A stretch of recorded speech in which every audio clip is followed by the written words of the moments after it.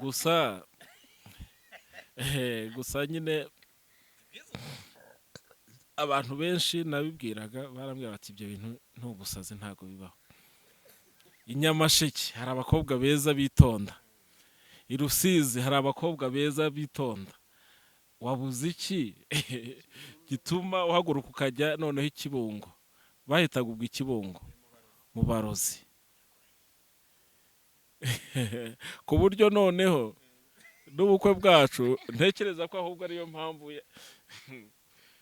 abantu baho mvuka barifashe barifata banga kubutaha. Natunguwe nuko ambwiye ati ntago bikikunze. None se ubwo umuntu yakubwira ati nta kintu nkiri kumva wahatiriza. No, hari umunsi ari kuwambereye ikosora.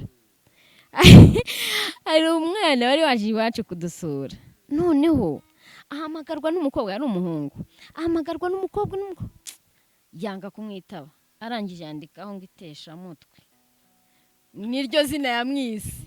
Ku mutima nahise ntekereza ntiwasanga nanjye ariko banyise, kuko naramuhamagaraga ntitabe. Nuko rimwe twari turi muri repetition ya korari Imana, ndi gutegura ubukwe, naratanze invitation. Imana irambwira ngo ninyisabe ibintu nifuza bizaba mu bukwe bwanjye. Umugabo wanjye ndacyamukunda, forever nzakomeza mukundi. Muntu usenga, ujye usenga ufite intego, kuko Imana ntabwo inaniwe kuguha icyo washatse gusaba. Byo kwipfobya usaba ngo nyine senga icyo yabona n'icyo yama, waba usabye nabi. Mujye musaba mufite gahunda, kuko n'Imana icyo wayisaba cyose iragifite, izakiguha. Ikintu cya mbere nabonye no kubifata nk'ibitariho, icyo gihe biguha intsinzi yo kubinesha. Naho iyo ibibazo bije nawe ukajya mu bwihebe, mu kwiganyira, bya bibazo ahubwo bibona biragutsinda. Ariko imbaraga yo kubitsinda no kubifata nk'ibitariho, kuko ibigeragezo ntabwo ari karande, kuko nubwo Satani ajya akora inama zo kuturwanya akaduteza ibigeragezo, ariko mu ijuru bajya bakora inama zo kuturwanira no kutuneshereza. Isaha y'Imana bitaragera, ariko iyo mu ijuru bagutunze inkoni, nurya wasabye kakwimaza kugusaba, kandi bakazabivugisha ngo Imana ishimwe twaragusenge. Ubahaye ikaze mu mwanya w'ikiganiro kirambuye cyane tuza kugirana n'aba bahanzi turi kumwe. Ni couple y'abahanzi, ku bantu benshi cyane bazi buze gutungurwa uyu munsi cyane mu kiganiro ku buryo burambuye. Ndi kumwe na Celestin, uyu muraza kumenya akora n'inshingano zitandukanye, ni umukozi akanakora no mu nzego za leta, ni executive cyangwa se umunyamabanga nshingwabikorwa w'akagari. Nibo turi kumwe, ndi kumwe na madamu we ndetse nawe bwite, ariko bose n'abahanzi nabo mu ntara y'Iburasirazuba niho batuye, ni naho bakorera ibijyanye na muzika, cyane cyane ivugabutumwa mu ndirimbo. Ngende Jean Chrysostome abana bakize. Reka rero mbakire muri uyu mwanya w'ikiganiro kirambuye tuza kubanamo mu buryo burambuye.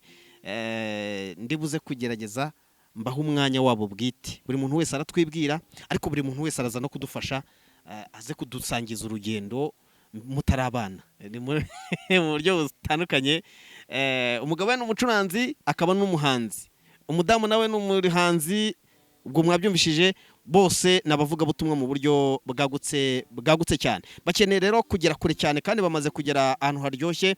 Mwagiye mukurikirana indirimbo zabo, abagenda bazikurikira muraza kugenda mujya kuri line yacu, wandikeho Ayo TV live, uhita ubabona ku buryo buri live mu ndirimbo nyinshi cyane zabo bwite baririmbye biri live. Ariko reka mbanze nakire umugabo Gatabanze Celestin, tumuhe mic. Ubundi Celestin ni muntu ki? Celestin, abantu bari kutwumva banadukurikiye babona kuri TV, ubundi uri muntu ki? Kuko nabonye uririmba mu buryo butandukanye. Murakoze cyane. Ubundi amazina yanjye nyine nitwa Celestin Banga yandusha, nkaba ndi umugabo, afite umufasha mwiza witwa Ikimpaye Marie Claire, nkaba mfite n'abana, tumaze kubyarana abana babiri, umuhungu n'umukobwa, nk'uko nabisabye Imana. Icyo nayisabye nicyo yampaye. Nayisabye kubanza umukobwa. Nakundaga umwana w'umukobwa, najyaga ndeba nka filime nkabona nk'abapapa n'akana k'agakobwa, nkabona ukuntu baba bakina, nkabona nyine ni ibintu byiza. Nanjye Imana imbanje umwana w'umukobwa byaba ari byiza, kandi yarabinkoreye. Hanyuma iduha n'umwana w'umuhungu, rero turayishima. Nkaba rero ndi umuhanzi, kandi uririmba indirimbo zo kuramya Imana no kuvuga ubutumwa, birumvikana. Nibyo.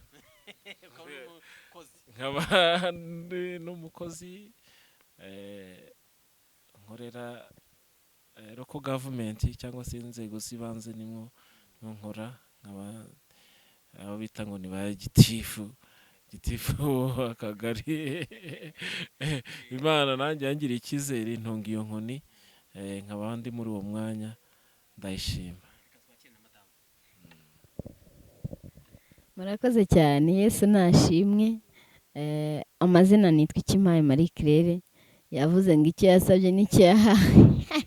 N'icyo impaye nyine n'icyo yaguhaye. Ndi umumama, dufite abana babiri nk'uko yabibabwiye. Hanyuma nkaba ndi n'umuririmbyi. Twembi turabanditse, turandika tukanaririmba.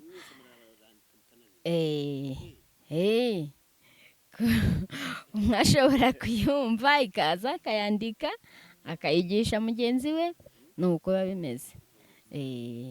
Hanyuma uyu akandusha kuba azi no gucuranga. Njyewe ariko ntabwo mbizi. Ntabwo nzi gucuranga, ariko nanjye kugisirimba buriya nshobora kumurusha. Murakoze cyane. Kuri Kimpaye ni mbere ko tuza kwinjira kuri Celestin umugabo we, reka tubanze duhere, kuko uko ndi kubabona mu ndirimbo nyinshi nagiye mbona muririmba. Ubundi mbere yo kubonana na Celestin, reka tubanze duhere ku muzi. Ubundi mu buzima bwawe, duhe, hari ukuntu bajya bavuga ngo duhe amateka yawe mu buzima.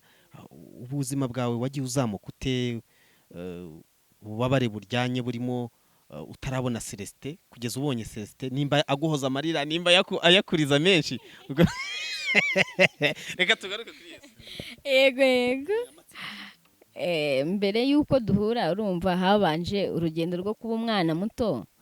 Jyewe ntabwo nabyirukiye mu rusengero nk'uko yabivuze, cyane ngo nisange mu itorero hagati.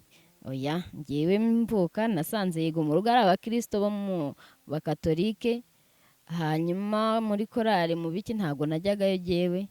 Natangiye kubitekereza mfite imyaka 13. Icyo gihe ni nabwo Imana yampamagariye kujya muri ADPR. Hanyuma ngezemo ntangirana umurimo muri korali y'abana bitwa Umunezero. Nkuriramo gutyo ndirimba, ariko hari umwana w'umukobwa nasanzemo arambwira ati ariko wagiye uza tukandika indirimbo. Sinarinze uko bandika. Namubaze se bandika ibiki, bigenda gute? Nyine akanyuriramo muri make ukuntu batangira ngo babwira abantu, ndetse nk'uko waba uri gusobanura ibyo ugiye kuvuga mu ncamake, ugakurikizaho wenda nko kwihanisha abantu niba ari byo ushaka, cyangwa agenda abinyigisha gutyo. Ndamushimira cyane. Bamwitaga Berifiye, ubu ngubu ni umubyeyi nawe, afite abana nka 3. Ubwo rero icyo gihe narabyirutse nyine ntangira kuririmba bwa mbere imbere y'abantu benshi. Byatangiye 2015 na gatanu. Oya, narangije 2014. Icyo gihe cyose naririmbaga muri korali, ariko ntabwo nigeze ndirimba jyenyine icyo gihe, ahubwo nabitangiye. Ariko nanone muri 2015 na 14 twari dufite mwarimu w'itorero ashyiraho amarushanwa ngo abahanzi bandika indirimbo barushanwa. Icyo gihe ndabyibuka indirimbo naririmbye yari yakonzwe pe. Urumva rero nuko nagiye nzamuka mbona abantu barabikunda. Undi munsi ndirimba mu bukwe abantu mbona barahagurutse, ndavuga ni burya se nshobora kuba nzi kuririmba. Abantu nyine nibo bagenda batera umuntu kuraje, ukumva ibyo ukora biraryoshye. N'undi rero iyo akubonye akakubwira ati komerezaho, ni sawa ni sawa, wumva nyine ugize imbaraga. Urwo ni rwo rugendo mbere yuko duhura nuko rwagenze. Nuko rwagenze. Nyine ubwo mu kubyiruka kwanjye kwabaye uko mu rusengero nabaga mu bana, nkaba mu makorari y'abanyeshuri, korari nkuru, niberaga ku rusengero. Konseri mbaza ahantu iri bubere nabaga mpazi. Nabaga mpazi nkagenda nkaririmba muri konseri.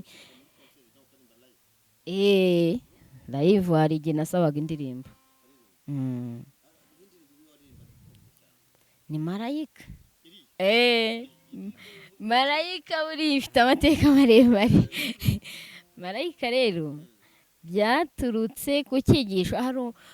Hari umupasiteri twari dufite twiga segonderi agakunda kubwiriza iryo jambo marayika. Bingumamo riryo. Ariko iyo ndirimbo nayanditse 2014 irangira.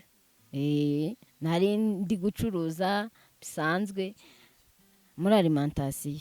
Ni 2015 ahubwo. Noneho nimvamo beat nyine uko nakubwiye nti nkunda gusirimba. Numva umuziki ibintu bidunda abase. Numva noneho hajemo n'amagambo. Niko kuyiririmba re. Ariko siyo nahereyeho kwandika. Oya, ahubwo iyo niyo abantu bakunze nkiyiririmba nkajya nkunda nyine kuyikoresha.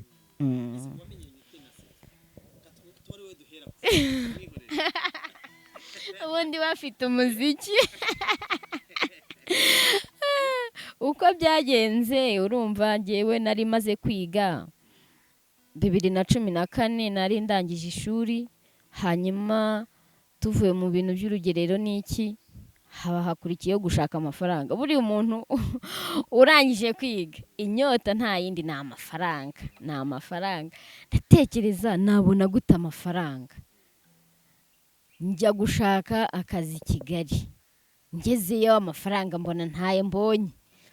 Ndahusha nyine ndongera ndataha. Ngeze mu rugo hakaba hari umushumba wacu, ndanamusuhuje cyane, mushumba pasiteri mu Birigi.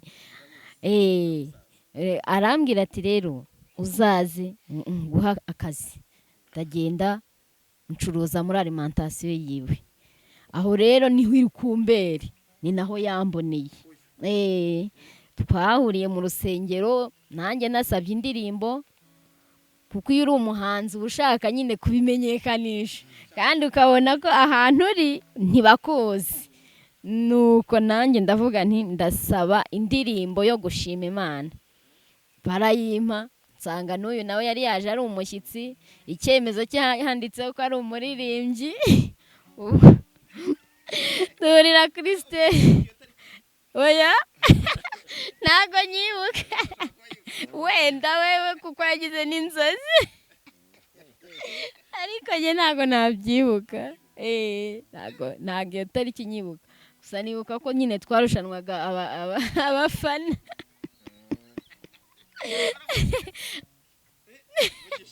Nababyibugiraho rwose.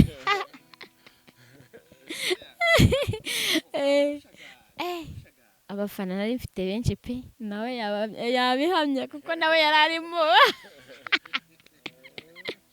Nawe yabihamya. Ubwo nkasaba indirimbo nkaririmba, ariko kuko yari azi gucuranga neza nkakunda kumubwira ngo ncurangire. Cyane arayizi cyane. Nkamubwira icyo gihe yari piano kuko niyo namwumviseho bwa mbere. Acuranga injyana zimeze nk'iz'abazungu.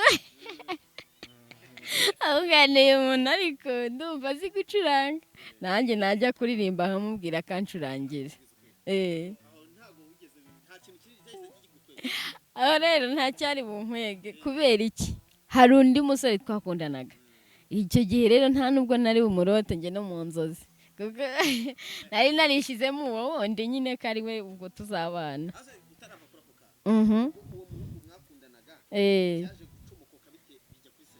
mana yanjye nta nubwo nabimenya nyine ni ibintu biba bitunguranye kuko ubwo twarakundanye kugeza 2017 mu kwa kabiri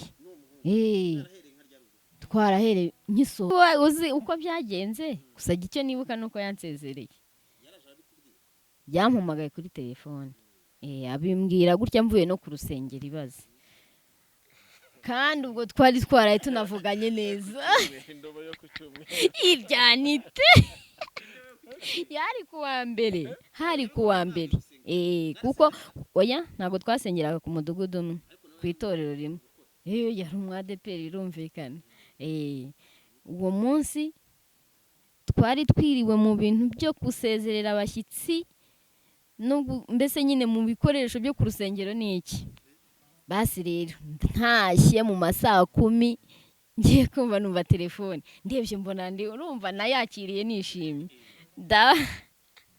natunguwe nuko ambwiye ati ntago bikikunze ahubwo nuretse no kuwupanga umuntu yaranabwishyizemo hari n'igihe muba mutaranabupanga pe ariko wumva bikurimo kuko yari yaravuye kunyerekana iwabo nanjye iwacu bari bamuzi umurenge wose ntambuka bati umugore wa runaka hatagira n'uwibeshya akamukora nuko byari bimeze iki kintu cyarandwaje narwaye nk'icyumweru ariko nkibaza ndasobanurira mu rugo ko nabaye iki ariko Imana yaranamfashije kiriya gihe nahise ndwara malariya ngiye kwa muganga bayinsangamo nibazaga ukuntu naza gusobanurira mu rugo ngo n'umuntu ngo wangiza gute ntabwo byari byoroshye ariko ni 24 se n'ubundi nine kandi irimo kurangira nabwo totaloma nyine none bitarangira none se ubwo umuntu yakubwira ati nta kintu nkiri kumva wahatiriza hari umunsi ariko wambereye ikosora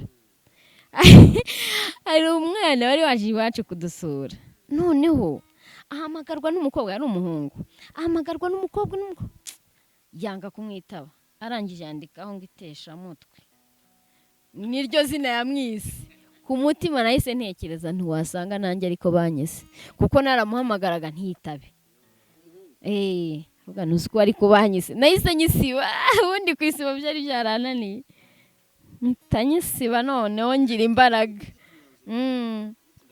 pe wa nimero wese nkongere kugutsitara ntabwo narebaga muri telefone ngo nyivemo ntamukompoje yari ataraza ni nayo mpamvu aje ntazi yaje kuko nari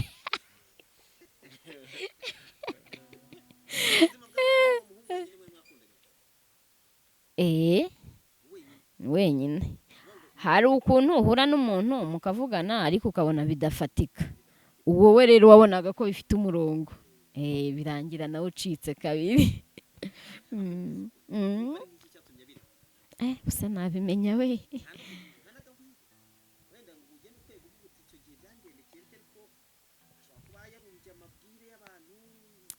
mva aho biragoye pe kuko nyine ntabwo twongeye guhura ngo twabiganiraho ibyo bintu ubwo rero kumenya icyaba cyabimuteye kereka ari wowe wakinsobanuriye uwo mwanya rero ntiwabaye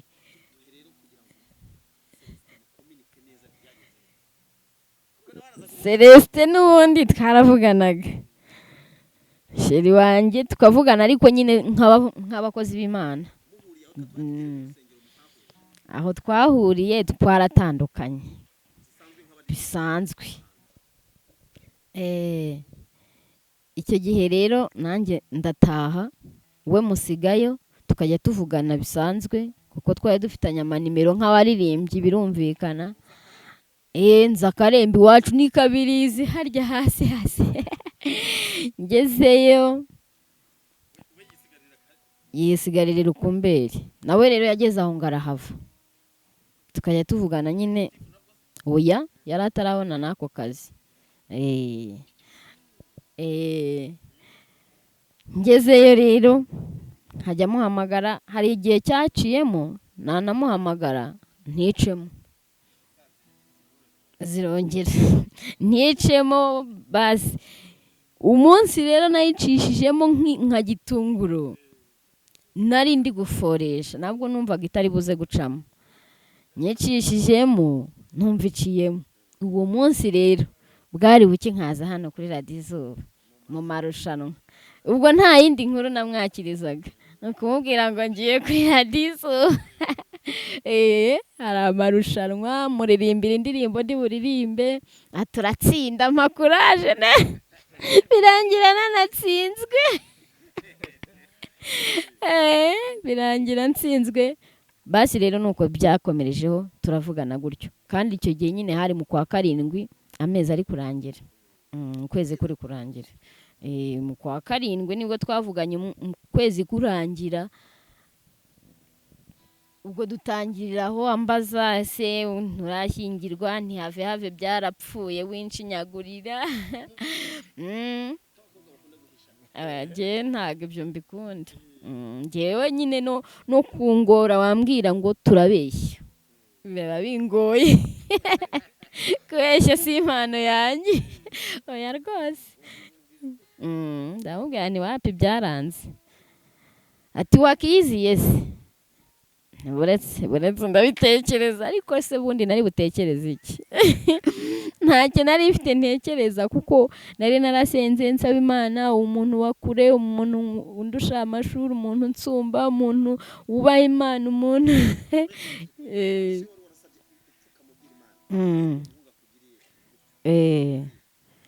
nasabye Imana umusore uyubaha. Icyo ni kimwe. Wa wundi wakora ikintu akabimenya ko yagikoze, kuko hari abantu benshi bari baranciye imbere, umuntu yahemuka akaba ari nawe urakara. Uwo rero siwe nashakaga. Nashakaga wa wundi ushobora kubikora akamenya ko mu mutima we yabikoze, kandi agashaka no gusaba imbabazi. Nsaba umuntu uzamfasha nanjye gukomeza gukizwa. Nsaba umuntu ukunda abashyitsi, ufite amashuri arenze ayanjye, utirabura cyane.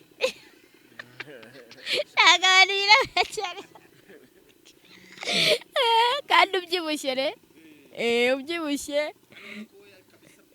Rwose ni full package.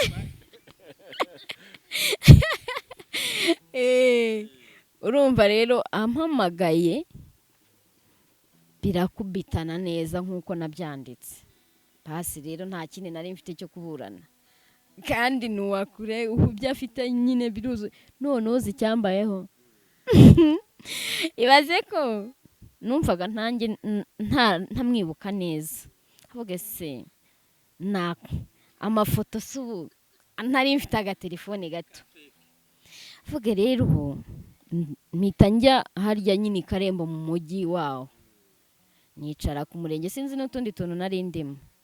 Bamahuriye n'umusore wandirijaga muri korali ku ishuri, tamusuhuza mbona afite amasumata abiri. Ndavuga nti reka ngusaba ubufasha. Ndamubwira nti wanyemerera ko hari umuntu nshaka akanyoherereza amafoto nkamureba ukanyemerera ukabinkorera? Ati byose biragoye. Basi re mpita muha nimero ze, barandikiranye mbona birakunza, amwoherereza amafoto. Niba yaramfotoye harya hari yanjye wabonye byagenze gute? Nyuma yaho uzi nasanze telefone yari y'uwo musore wa mbere.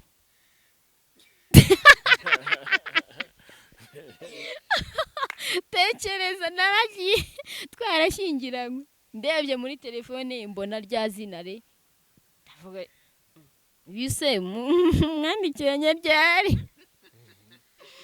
kandi byararangiye banandikirana babazanya amakuru pe ndabahewe nyine buri kintu cyose kiba gifite impamvu cyaje mu buzima nuko byangendekeye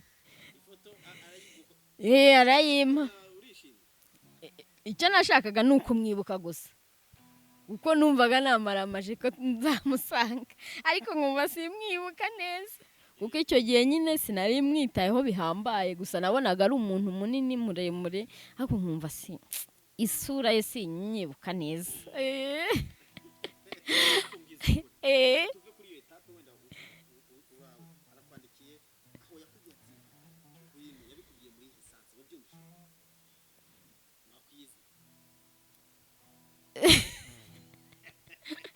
nyine kubera icyo gihe nyine uko mbyibuka nibuka ko nta kindi kubabara ko nari narabyihanaguyemo numva icyo nshaka ari ukuririmba numvaga nkunze kuririmba iyo ngira amafaranga kiriya gihe n'indege nari kuyurira nkajya kuririmbira ku kibuga cy'ahandi pe ariko hakaba hari undi muntu byabaye ngombwa ko duhura yari umusaza arambwira ati rero wa mukobwa we ukuntu ukorera Imana uburyo uhimbaza Imana nubona umugabo ntuzamwange ibaze ko yabimbwiye hashize amezi 2 uwo wa mbere yaragiye ahita abimbwira avuga ni uyu musaza ashobora kuba avuze ukuri ni nako gusenga re nicyo arambwira ati icyo uzasaba Imana izakiguha nanjye rero ndabyandika uko mbishaka kandi bimuko nabisabye reka musura bwa mbere nagiyeyo yaravuye iwacu twaramaze no kurangwa gusa ibaze nk'ubwo ngo ni gute wahagaze imbere y'umusaza papa wamubwira ngo hari umugabo ngo kandi azaza ngo nta n'ibindi bizakurikiraho nyine biba ari yewe papa rero sinzi kiriya gihe yaranyoroheye nkurikije uko bakuru banjye yabakaniraga nabonye yaranyorohereje kuko icyo gihe nyine yarandebye abona ameze nk'uwamaramaje nabona nyine umusore naraje nuko baraganira icyo cyumweru yaje none yari gutuma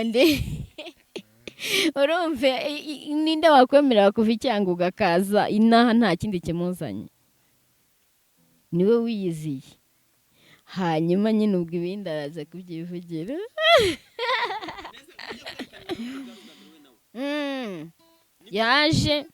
yaje kuwa gatanu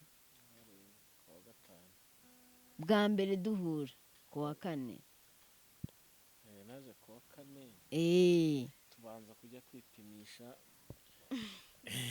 twahuriye i Nyamata niho namusanze mu Bugesera turabanza duca kwa muganga kwipimisha ubwo ahita ataha ndara i Nyamata niho ubwo mushiki wanjye uwo ashatse ari mu gitondo nzinduka nyine nterayo Karembo n'umupasiteri twajyanye agiye kumbariza namufashe isake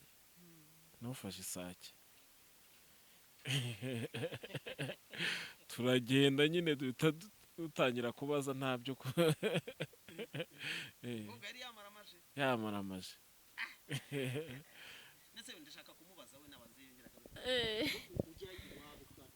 yego weya ntabwo nari mpazi pe kuri telefone nyine navuye ino ndatega 11:00 niba atari 10:30 ahubwo kuko nashakaga gufata imodoka ya 12:00 kugira ngo ngere i Kigali kare ngerayo 5:00 bandateze naraye yo nyine nabo kugira ngo ababyeyi be babanze bamenye. Ndagenda namugeragaho mu masaa 10. Nta mibombarika yanjye ahubwo yajyaga anyishyuza ngo ntabwo nasirimbye cyane. Kwibombarika iwacu birabujijwe.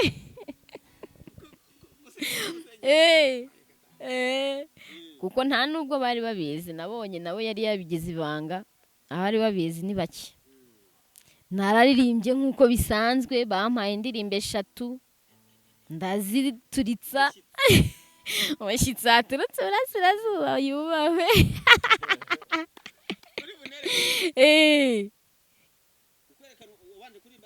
Nabanje kuririmba.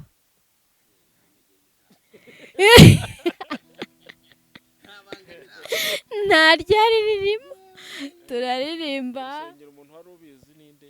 Pasiteri wenyine. Ko turi bwerekana batazi ibyo ari byo, bazi ngo ni umuhanzi waje. Kuko ko urwo rusengero ntabwo ariho nakoreraga, ni muri Nyamasheke, njye nakoreraga Rusizi. Nanjye naje ndi umushyitsi. Tuza rero nta muntu n'umwe uzi amakuru,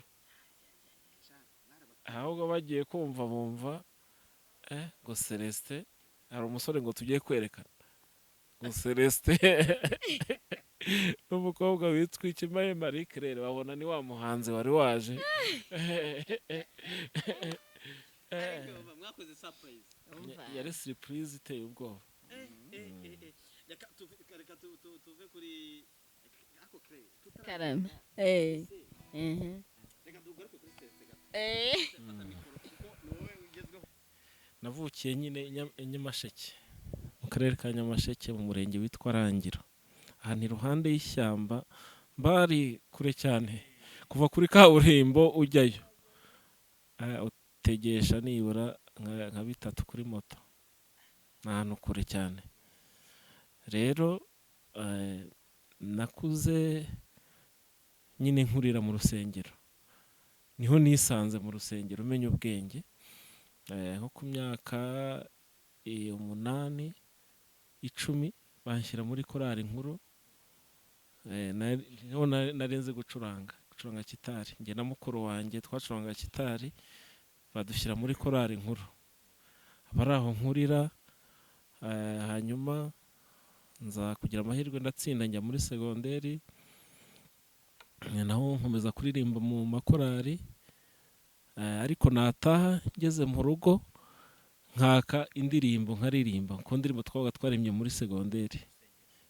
Nkabona nyine abantu bari kubyakira neza, naho nakurije igitekerezo cyo kuririmba ku giti cyanjye, nkarimba muri korali ariko nkanyuzamo nkanaka n'umwanya nkaririmba ku giti cyanjye. Hanyuma guhimba byatangiriye muri segonderi. Ngira ngo abantu twiganye nabo twarimbanaga mu makorali muri segonderi, naho nakunda gucuranga cyane nkanaririmba, barabizi. Nabo twiganye Mount Kenya University, barabizi. Ubwo rero ariko nakundaga kumva indirimbo z'abahanzi batandukanye, nkareba uwitwa Don Moon kuntu yaririmbaga atuje country music, nkumva nyine ngize ishyaka ryo kuzaba nkawe, kandi nibura n'injyana yanjye ikaba ari injyana ituje. Rero natangiye gutyo, aho ndangirije segonderi ntangira kujya mpimbira korali. Mfite korali yitwa Urumuri y'ahantu bita Kabombano, nyine hafi ku ishyamba. Ntangira kujya mbahimbira indirimbo, nkumva birashoboka. Natangiye nkompoza utuntu, ariko nza kugira impano nyine yo guhimba noneho nyirizina, nkajya ndyama nkarota ndi kuririmba indirimbo, nkabyuka nyandika, nkahita yijyana muri korali. ngira ngo indirimbo nyinshi bafite iyo korali ifite n'injye bazibahimbiye impano nyine ikura gutyo ariko biba bya bindi byo mu cyaro ufite impano nyine ukaba warakuriye mu cyaro ukabura umuntu wakuzamura cyangwa se wagushyigikira cyangwa ngo utize n'ibitekerezo basi impano nyine ipfubiye aho ngaho kugeza ku myaka 40 urumva niho impano igiye yakongera kuyigaragaza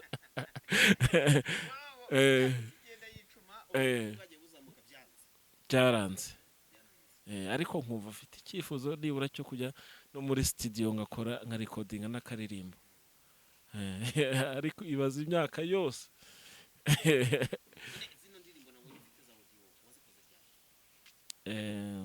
tuzikoze hari ukwezi gushize n'umusore byaranze nkajya ndi coding utuntu na telefone gusa akaba ari two nkoresha ariko muri studio wapi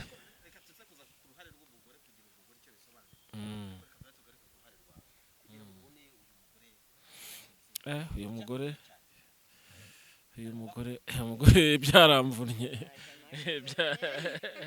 byaramvunye buriya wenda abantu bashyingiwe barabizi bakoze ubukwe kugira ngo ube nta muryango ufite wagusapotinga mu bintu by'ubukwe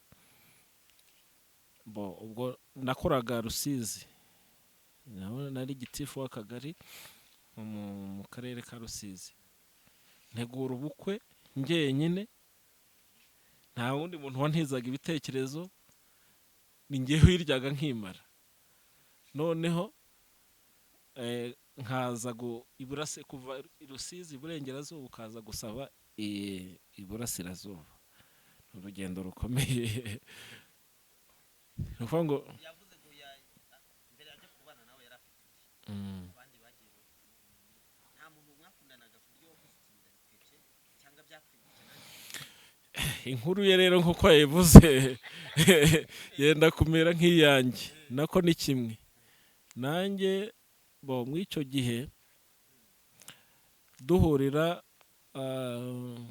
hari Karembo nari mfite umushuti wanjye yewe nari nagiye no kubaza iwabo twarumvikanye inkwano n'ibiki byose twenda gushyingirwa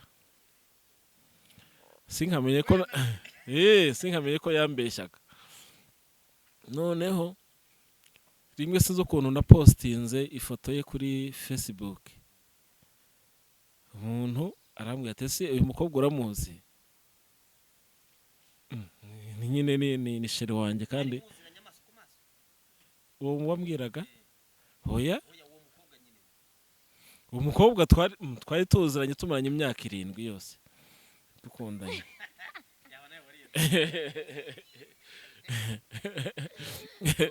noneho postinga ifoto ye kuri Facebook hari ukuntu wegeranya udufoto akanjye nake ndabyegeranya shyiraho n'udutima nyine muhane sheri wanjye ndagukunda umuntu avuga ati uyu mukobwa uramuzi ni nyine ni sheri wanjye ako kanya ahita afotora invitation y'ubukwe bwe ayishyira kuri arayinyoherereza se birashoboka basi nyine kandi ubwo n'amezi 3 nari maze hari Karembo ubwo nari ndi Rukumberi Plito nari ndi kwiga muri Mount Kenya ndimo nandika igitabo nza nyine kugira ngo grande sere amfashe na bofre bamfashe amezi 3 niye wari umaze uvuyeyo tudahura ariko ubwo mbere yaho akaba yari yambwiye ati yabonye abantu bamurihira kwiga muri kaminuza ngo agiye kwiga muri Kenya yari yambwiye ngo ubukwe nyine ngo twaba tubusubitse akazabanza akabanza akigaho gatoya akaza tugakora ubukwe ndavuga nta kibazo byaba ari na byiza nanjye nkaba nitegura noneho mu gihe hashizemo nk'amezi 3 aba ari uko bigenda mbona invitation ye ubwo nyine urumva twahoraga n'uyu nanjye mfite ibibazo. Ese wari umeze ute ukimara kubona ako kanya kuri Facebook akikwandikira ukimara kumenya uyu mukuru uhamagaye umukobwa ntabwo nari kumuhamagara kuko nari mbonye amazina naye invitation ndayibonye nta kintu ahubwo icyo nihutiye no gusiba amanimero ye nari mfite muri telefone ko byaza kundwaza umutwe kandi mu ubuzima bwanjye ntago njya nkunda ikintu kinsteresa ngo numve ntaye umutwe. Niba ari ikibazo mbona ari ikibazo gikomeye bitamyikuramo ko gihari kugira ngo ntaza kugira kurwara cyangwa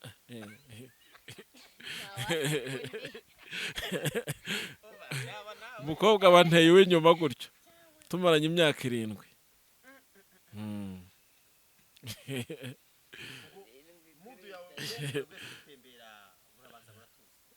Urumva nabanje gutuza kuva 2014 kugera 2017 nta wundi twari twigera twakundana, ariko uyu duhura nkuko yabivuze aho mu rusengero ngewe ko nanjye nari mfite icyifuzo nahaye Imana ndavuga nti ndashaka umukobwa uzi kuririmba n'uwo uwo wanteye akadobo nawe yari azi kuririmba yari afite ijwi yararirimbaga nkumva nawe dutajya no gukundana twakundanye ndi numvishije ijwi ari kuririmba. Hari indirimbo yo mu gitabo yaririmbaga ngo umukiza wacashobora kutunezeza mu isi atuyobora ko ubw'ubuntu ni uduhaza ibyiza twizeye twese ubwo yazamuka gutyo kandi ubwo yari ari ahantu yaje gusura mwene wabo ngewe ndi kumwumvira ahantu ku muhanda ndi mu muhanda hoya yicaye mu rugo gutyo ndi kumwumvira munsi mu muhanda uyu mwana uririmba gutya koko ntangira kumukurikirana gutyo tuza gutangira gukundana. Icyo gihe yigaga mu mwaka wa 2 wa segonderi turakundana rinda arangiza amara n'imyaka 2 yararangije nibwo yanteye uw'inyuma. Ariko ungize kuri uyu kugira ngo kwakire yarakugoye uyu umva nyine nta kintu sinigeze ntereta ibi byo kuvuga ngo imitoma ibiki ibaze ko nyine namuhamagaye kuri telefone kuko yari yarambwiye ko afite sheri we ambwiye ngo aje kuri radio Izuba ngo mu marushanwa ni sawa. Noneho ndamubaza ese wa mushuti wawe byaje kugenda gute turarongorwa ubwo yampamagaye kuri telefone twe tumaze hafi nk'umwaka tutavugana na telefone yari sinzi ukuntu yari yaragize nimero ze ndazibura. Hanyuma arampamagara ambwira ati ngiye mu marushanwa kuri radio Izuba ni sawa courage. Hanyuma nza kumubaza ntese wa mushuti wawe byarangiye gute wararongowe bimeze bite arambwira ati yewe tunoze uko byagenze tuneza byararangiye byahura imajerwa. Ubwo akivuga iryo jambo uretse ko kubera n'inzozi nayo nararose uziko duhura bwa mbere aho mu rusengero rwa Rukumberi nkuko yabivuze. Umunsi wa mbere naratashye ndota twakoze ubukwe twashyingiwe. Izo nzozi nzibwira abantu twari turi kumwe na mushiki wanjye nti uriya mukobwa ko narose twasezeranye. Mushiki wanjye nabwo atari kuriya ubundi akwiriye kuba uwo mu bacu kuko famiye yose turabaririmbye na mama ubwo ngewe na mushiki wanjye na mukuru wanjye mukuru wanjye ni umucuranzi, mushiki wanjye nawe ni umuririmbyi nawe arahimba, na mama indirimbo bafite muri korari ikubita ya mbere niwe wayihimbye.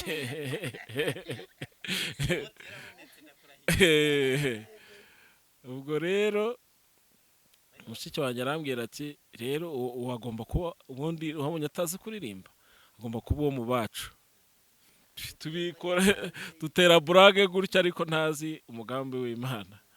Hanyuma ubwo icyo gihe cyose twamaze tutari kumwe nakomezaga n'ubundi ntekereza ko se wa mwana buriya nubwo nyine afite uwe ariko nkumva nyine bigenda bingarukamo. Avuze ati twari kumwe byararangiye. Numva sinzi binzamu. Navuga ndi wasanga Imana koko yakoze ibitangaza. Ngewe uko nahise ashima Imana mu mutima navuga nti yewe Imana yakoze igitangaza kingana gutyo koko. Noneho sinaripfana ako kanya mpita mubaza nti ese wakiziye icyangugu kwa kundi nyine umukobwa abanza kwizuyaza atesho nzagusubiza ariko mpita numva igisubizo. Ubwo singe warose bucya naraye nkanuye ijoro ryose ibaza ni buracya ryari ngo muhamagare ko yambwiye ejo. Muhamagaye rero arambwira ati nta kibazo pe naza rwose. Ni okay noneho nta bintu byinshi. Ubwo hari mu kwezi kwa karindwi kwa munani ni duhite dupanga gahunda. Ngiye shaka ibintu byihuta sinshaka bya bindi by'abantu bakururukana ugasanga bimaze imyaka n'imyaka kuko ndanifite n'icyo kibazo igikomere imyaka 7 yose. Ubwo none nihaye gahunda ko uwo tuzakundana n'amezi ataneze 3 kandi noneho navuze ntago nzongera gutereta Mana uzampe umukobwa ntaterese. Rero ubwo bihita bihuriramo ako kanya duhita dupanga uburyo ki nzaza nkava i Rusizi nkaza tugahurira Nyamata tukabanza tukipimisha tukareba uko duhagaze mu bijyanye n'ubuzima hanyuma tugahita tujya no kubaza iwabo mu rugo ndetse ku cyumweru tukanarangwa. Tubipanga gutyo ndaza bihita bicamo neza nta kibazo. Hanyuma hari mu kwa munani nyuma y'amatora ya Perezida wa Repubulika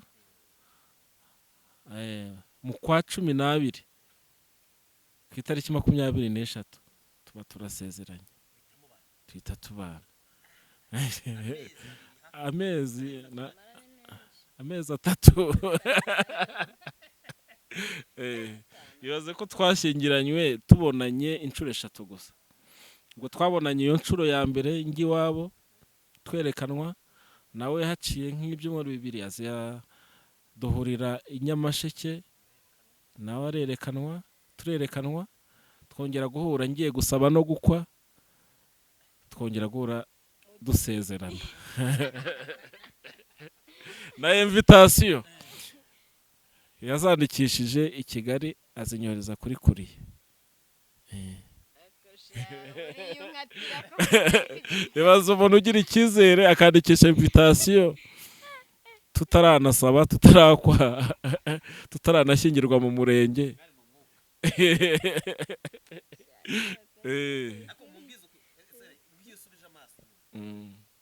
ako kantu gato mwakoze we nawe kari kameze gato wumvaga harimo ibisazi harimo ibisazi cyangwa kwiyahura nko kwirekura gusa ngewe numvaga ari nk'ibintu nyine biri mu mugambi w'Imana kuko hari ukuntu ukora ibintu ukajya ubona biri kwanga cyangwa biri kugira inzitizi ariko ibintu twe twakora tugitangira kubipanga nabonaga byose biri kugenda nta byijyana nta nzitizi icyo dupanze cyose kigahita gikunda rwose kandi ni nabyo nari nasabye Imana numvaga kongera gukururukana n'abakobwa tugakundana igihe kirekire bikazarangira nabi nkumva ntabikunda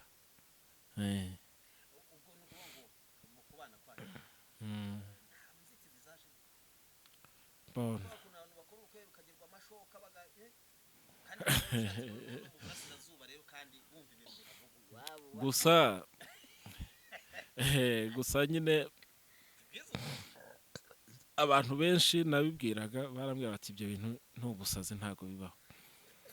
I Nyamasheke hari abakobwa beza bitonda, i Rusizi hari abakobwa beza bitonda, wabuze iki gituma uhaguruka ukajya noneho i Kibungo? Bahitaga ubwo i Kibungo mu barozi ku buryo noneho n'ubukwe bwacu ntekereza ko ahubwo ariyo mpamvu abantu baho mvuka barifashe barifata banga kubutaha. Ariko aho nakoraga Rusizi rwose bambera ababyeyi, nanone ndabashimira cyane rwose, baramfashije ubukwe bugenda neza. Ariko aho mvuka ibaze korari naririmbyemo imyaka y'ubuzima bwanjye bwose ntintahira ubukwe, bakantwerera amafaranga 10,000. Ibihumbi 10 nabyo perezida nibo bayahaye ngo yazanire, akuramo 4 by'itike ama 6 ku rusengero. Kwa kundi ubona abantu bitanga nyine ku rusengero nk'umwana w'urusengero. Ibaze urusengero paruwase nabayemo imyaka y'ubuzima bwanjye bwose, ntibavuge bati reka umwana wacu tumushyigikire. Gusa pasiteri waho niwe waje kunshingira, umushumba. Ariko abantu barifata, bose barifata. Ashobora kuba ari icyo batinyaga, bati umurozi uvuye i Kibungo azatumara. Ku buryo no umukecuru nyine aracyari Nyamasheke, baramutinya, bati afite umukobwa washatse iyo afite n'umukazana waho, uriya arabifite byuzuye, mujye mumutinya.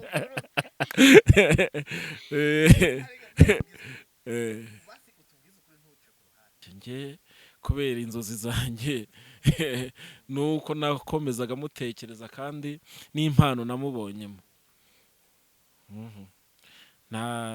Nta kintu nari kumubwira cyo kumuca intege cyangwa cyo kugira gute.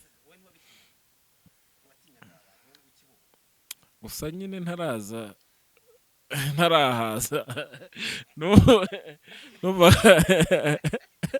numvaga Kibungo nkumva abantu baho. Ariko nanone nk'umuntu nanone utekereza nk'abantu, ibyo byose ntihabura abantu bakijijwe bahari. Wenda ibyo biba mu mapagani, ariko n'abakijijwe barahari.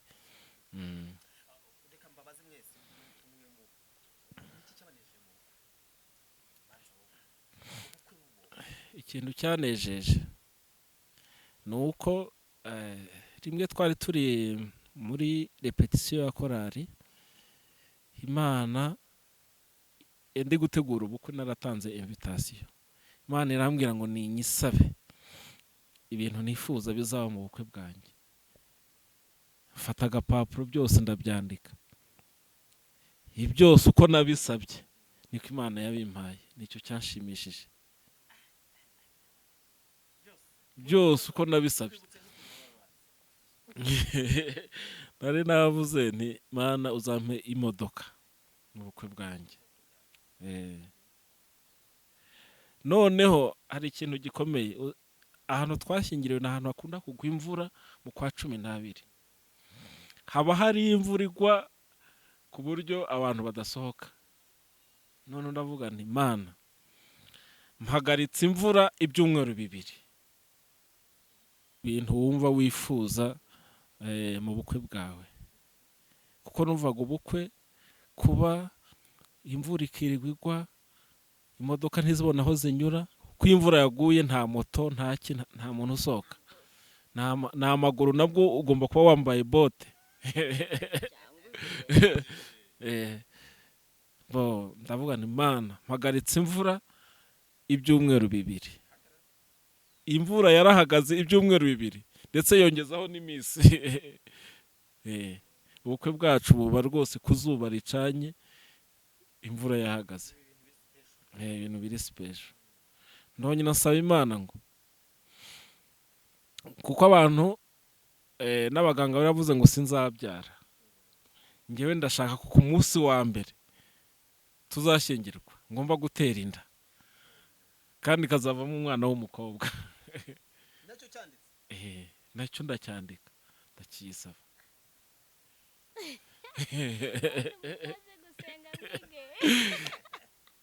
Amezi 9 atarengaho n'umunsi n'umwe twari tubyaye. Bivuze ko ku munsi wa mbere nyine inda yaraye yinjiye.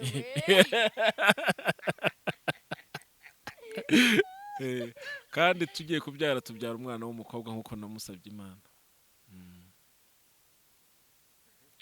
Ikindi nabonaga nyine nta bushobozi mfite, ko nabonaga ndi njyenyine. Mushiki wanjye yari no iburasirazuba, kandi nyine umuntu uri mu yindi famille afite umugabo umugenga, nkabona nawe nta support ihari. Mama aho yarari Nyamasheke, nkabona nawe no kumubonera itike izamuzana mu bukwe nabyo ari ikibazo. Na mukuru wanjye wundi nkabona nawe nta bushobozi. Nkabona byose ni njyewe uri kubitekereza, ari njye bireba. Ariko Imana yankoreye igitangaza kubw'icyo kintu nayisabye. Kuko ubwo buhanuzi, ubwo nyine nafashe urupapuro nyine nandikamo no gusaba ko byose ndabyibuka.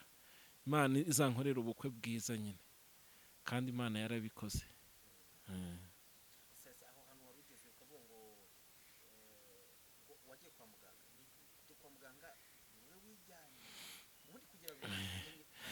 Hari nigeze ndwara, wenda urwaye ntaza kuvuga, njya kwa muganga.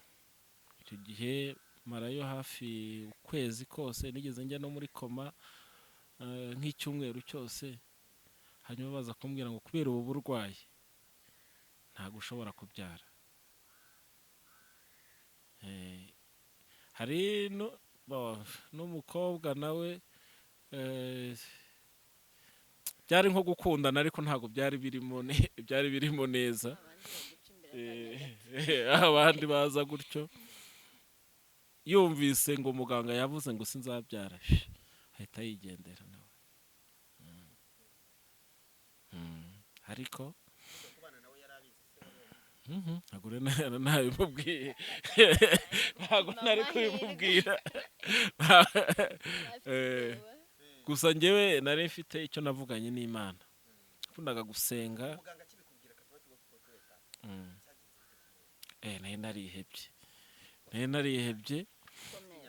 Ubundi ubwo twasezeranye mfite imyaka 35, ariko ubwo urumva nari narihebye, numvaga bitazanashoboka ibyo kuzana umugore byo bitanarimo nyine.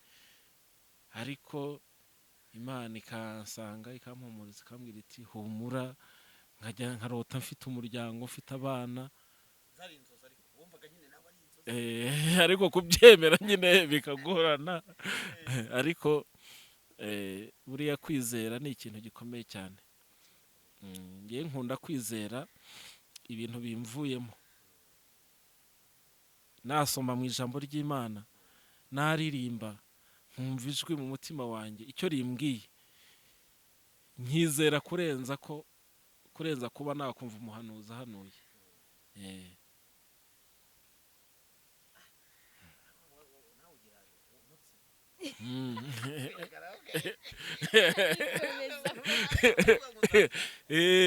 Kuvuga ngo uzabyara. Sawa, ngira ngo abantu badukurikiye muri kiganiro baze kugaragaza gato babyumve neza. Bagwita urugendo rukomeye. Urugendo rukomeye. Nyuma y'ubukwe hagati yanyu hari inzitizi zonge kubibageraho? Urebye nta nzitizi ntazo. Nta nzitizi zihari. Katubaze Kerere rero.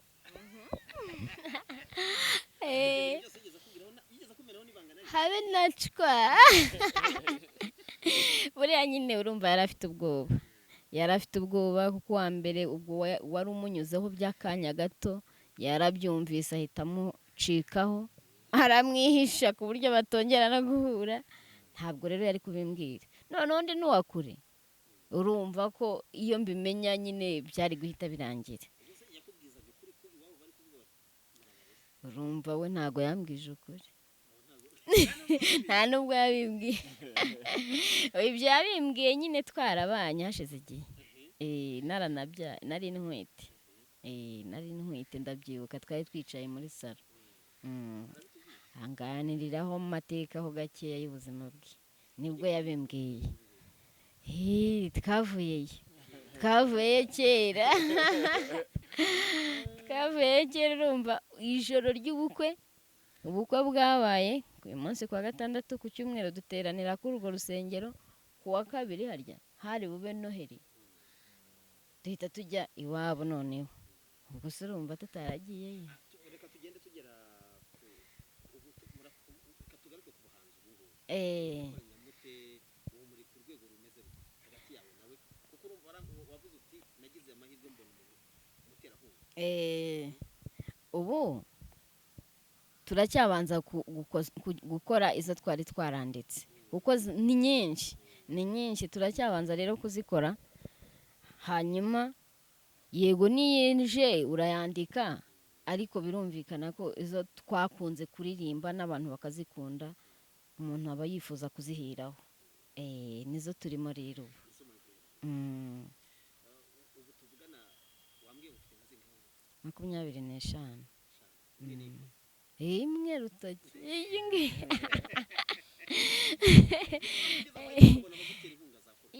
Cyane ku bwinshi. Icyifuzo cyawe kimeze gito? Ubu icyifuzo nyine nizo mbaraga dukeneye. Ni abaterankunga, ni abaza kudufasha muri uyu murimo ngo indirimbo zacu zijya habona abantu bose bazikunze bazumve kandi pe zifite n'umumaro, zifite n'ubutumwa bwinshi kandi bwiza.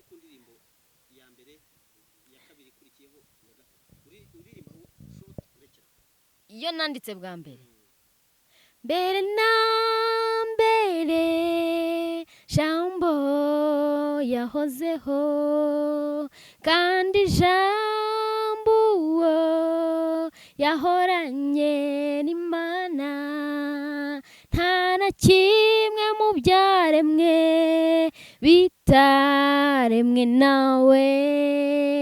Mbere na mbere jambo yahozeho kandi jambo uwo yahoranye n'Imana nta na kimwe mu byaremwe kitaremwe nawe. Ya kabiri ngiye kwibagirwa.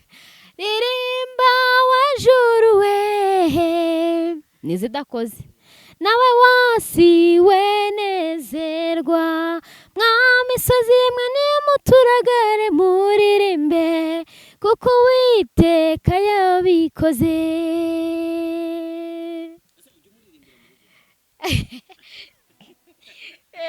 Ubanza tukiri abageni nibwo twabikundaga. Ubu nyine hajemo n'abana n'iki biricangacanga ariko iyo tubonye umwanya nyine turaririmba.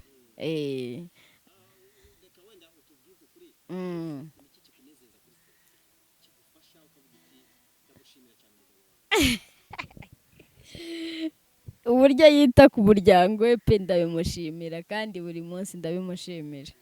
Atwitaho kandi nyine niyo afashe gitari agatangira agacuranga abana bacu uburyo bakunda umuziki noneho yewe uzadusore mu rugo byibera mu rugo mbese ntacyo dushinja Imana n'ubundi avuga gutya kuvuga benshi ibyo ntabyo nyine n'igihe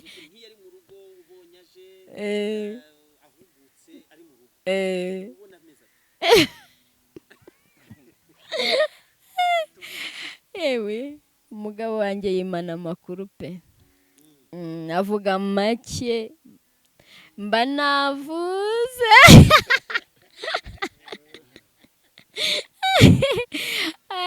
kuzumva nyine yatamurutse akakuganiriza cyane ariko nawe iyo bimufashe muha umwanya ntuzane ikintu na kimwe kivuga ngo hari ikikuhugije oya mutega amatwi nawe nyine icyo nicyo kimubaho niba sitori zimujemo ngo azikubwire araruhuka ari uko azirangije.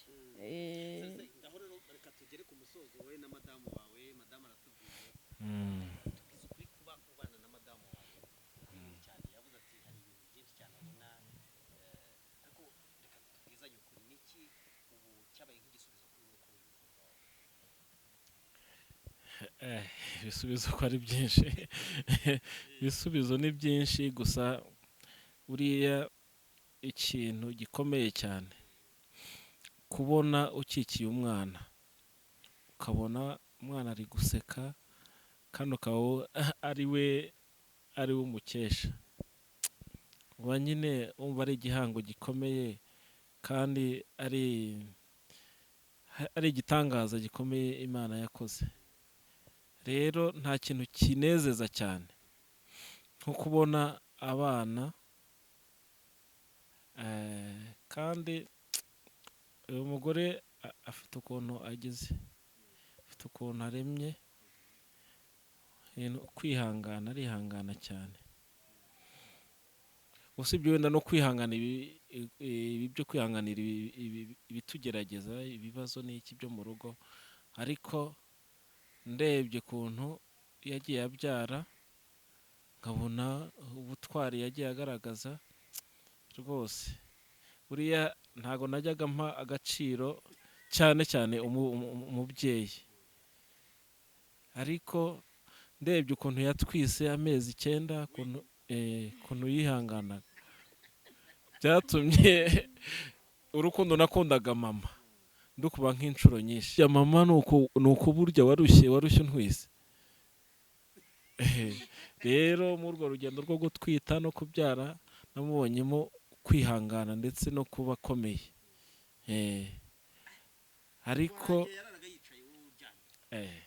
cyane uzi nyine stress ziba muri local government ugataha ibibazo by'abaturage iki ukabura n'umwanya wo kubaho wabati reka mwiteho niba nta n'imbaraga afite mbe nagenda ncana imbabura mufashe cyangwa se nk'urutundi turimo ariko wakihangana akamfasha kandi nawe akifasha rero rwose nabonye afite umutima ukomeye kandi ikindi no kwihangana nyine nanjye ubwanjye akanyihanganira akambabarira mu makosa nkunze kumukosereza ariko oya amakosa ntago yabura abantu babana ntazibana zidakomana amahembe burya ariko ukuntu mbona byitwaramo akihangana ntanamusabye imbabazi nkabona ntacyo bimubwiye njye naba narakara ahubwo nkicuza ikintu cyatumye ndakara hoya njyewe wakisekera njyewe ahubwo ku mutima nyine nkanga wenda guhita mbivuga kugira ngo ariko gategera ariko se ubu si ubucucu umuntu namurakariye none ahubwo wenda ahubwo rwose pe ndabimukundira cyane kandi azabikomeze twasaba abantu badukurikiye ni kudusapotinga mu buryo bwose haba kujya kuri YouTube channel yacu bagakora subscribe bagasharinga indirimbo ziriho ndetse nizo turakomeza gushyiraho. Channel yitwa Celestin and Claire. Celestin and Claire niyo YouTube channel yacu. Hanyuma abashobozwa kudushyigikira mu buryo buri financial bakadushyigikira no kudusengera kudutiza ibitekerezo ko turifuza ko uyu murimo Imana yatangije muri twebwe waguka ukagera kure, pana kuvuga ngoma u Rwanda pourquoi tutagira no hanze kandi tugakora y'umurimo nkuko ijambo ry'Imana ridusaba ngo nitumara kuzura umwuka tuve i Yerusalemu tujye i Yudaya i Samariya no kugera ku mpera y'isi. Rero niyo purpose.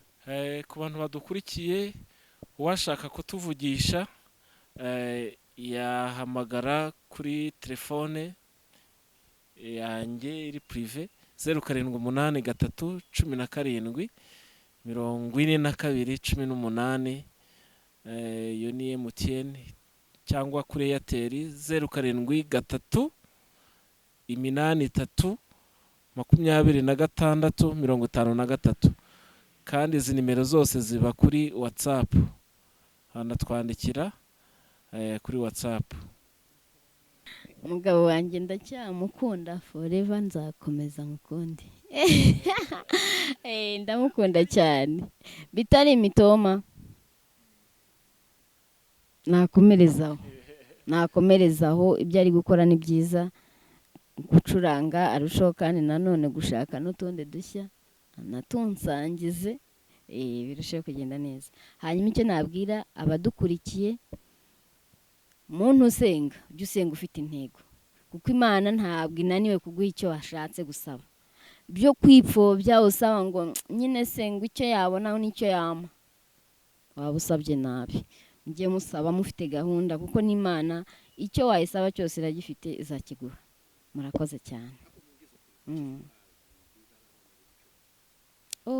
Gukizwa icyambere bituma ubaho utuje, nta pressure kuko ubuzi ko hari umuntu uri bugushyigikire, kandi none ugushyigikira arushije abandi bose imbaraga. Na bya bitero byose, uburwayi, ubukene, intambara nyine z'ubuzima, ubuzi ko hari uri buzigufashe.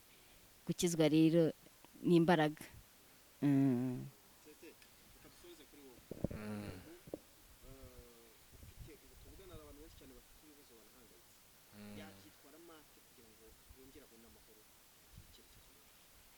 Ikintu cya mbere nabonye no kubifata nk'ibitariho. Icyo gihe biguha intsinzi yo kubinesha. Naho iyo ibibazo bije nawe ukajya mu bwihebe mu kwiganyira, bya bibazo ahubwo bibona biragutsinda.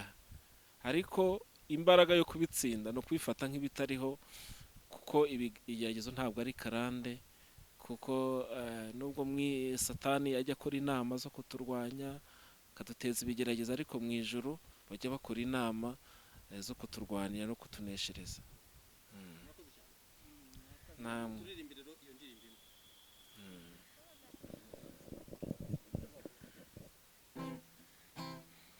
Ibigeragezo yemwe ibigeragezo burya birahanda, kandi iyo umuntu ari mu bigeragezo n'ababisunika nabo bariyongera. Imana itanze icyo kuvuga, buri wese yivugira icyo ashaka, ariko iyo birangiye buri wese ati naragusengeye. Ibibazo ubukene byakurenze, nta no kureba nirihumye, icyo gihe utagaciro mu bandi, wavuga iki se ko bose baba baguseka. Ariko iyo mu ijuru bagutunze inkoni, nurya wasabye akakwimaza kugusaba, kandi bakaza bivugisha ngo Imana ishimwe twaragusengeye. Humura mugenzi navura idahita, nubwo uri kubona byakurenze, dore kuzimu bakoze inama, nijoro bakora indi yo kugutabara. Humura mugenzi navura idahita, n'iritariri ryarakeye, dore kuzimu bakoze inama, ijuru bakora indi yo kugutabara. Hari igihe uhura n'ibigeragezo aho usabye akazi hose bagahakana kandi warize wararangije burusha amashuri bahembwa ifaranga aho unyuze hose bakakunegura bakavuga ko utazi guparangana kandi n'ukuri ntakutagize ari isaha y'Imana ibitaragera ariko iyo mu ijuru bagutunze inkoni nurya wasabye kakwimaza kugusaba kandi bakaza bivugisha ngo Imana ishimwe twaragusenge. Hey humura mugenzi navura idahita nubwo uri kubona byakurenze dore kuzimu bakoze inama mw'ijuru bakora indi yo kugutabara. Humura mugenzi navura idahita n'iritariri ryarakeye dore kuzimu bakoze inama mw'ijuru bakora indi yo kugutabara.